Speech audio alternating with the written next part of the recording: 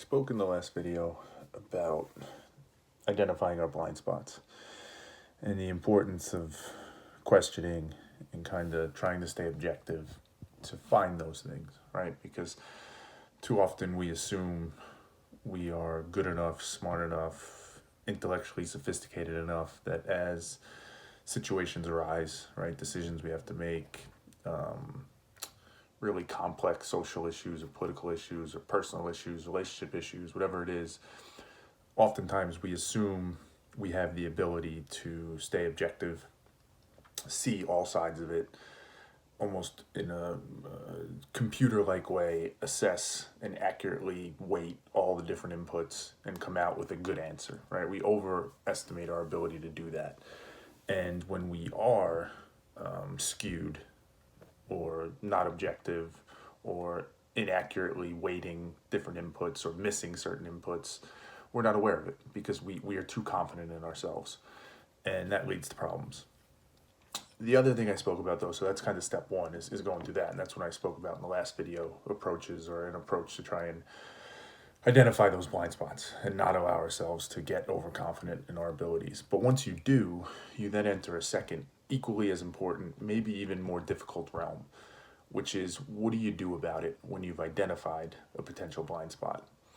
And to me, that comes squarely in the realm of mental toughness. The mental toughness to accept the idea that you have a blind spot, you're thinking of something incorrectly, a deeply held value or belief or identity issue that you have perhaps is wrong.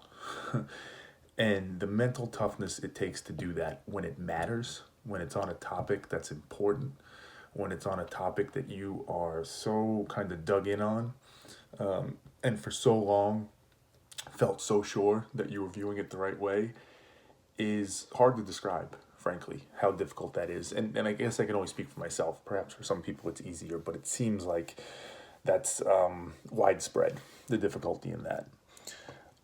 I talk a lot about mental toughness. I talk a lot about different activities I try and do to build mental toughness, through physical activities, through challenges like the one I'm doing now. You try and force yourself to do certain things, whether it be drink a certain amount of water a day or read a certain amount of books a day or stay off social media, right? All these different things that are hard for me to do.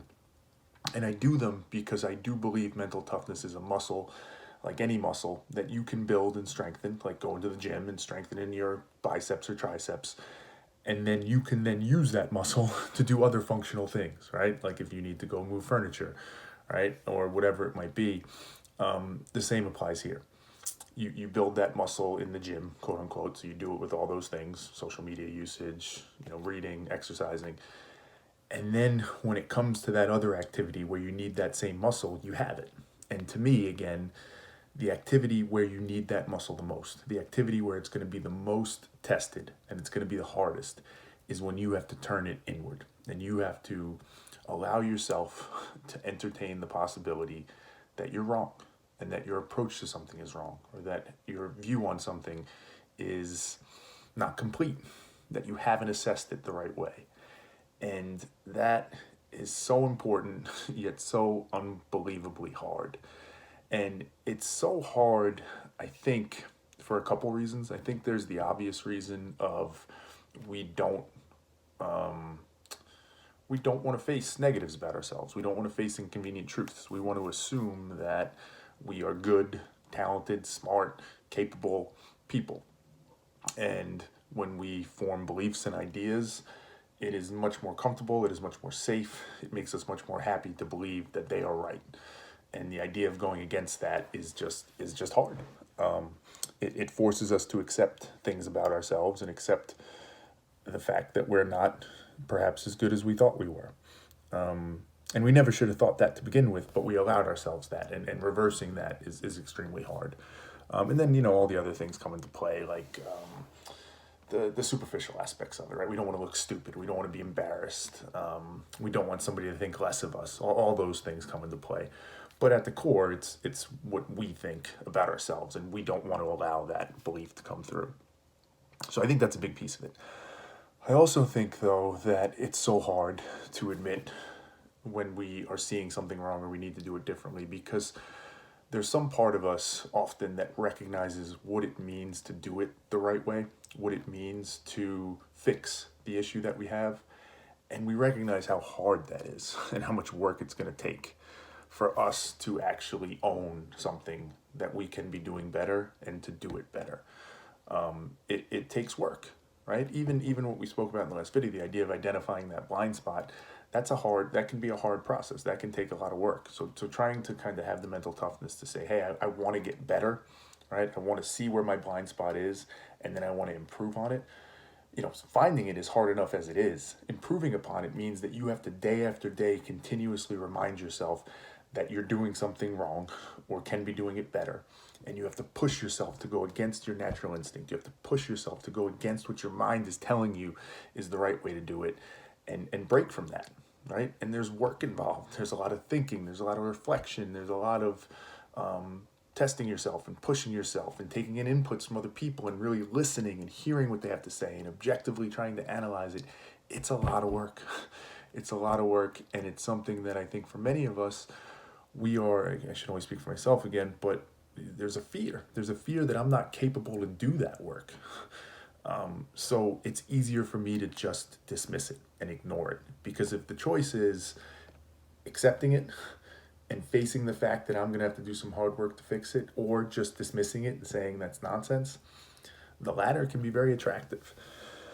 So, I say this, keeping it somewhat high level and theoretical, but I think that step can't be lost. The importance of this can't be lost. And the more and more that I talk to people and really try and listen and learn and empathize and understand where they're coming from, which is hard. It's one of those hard things.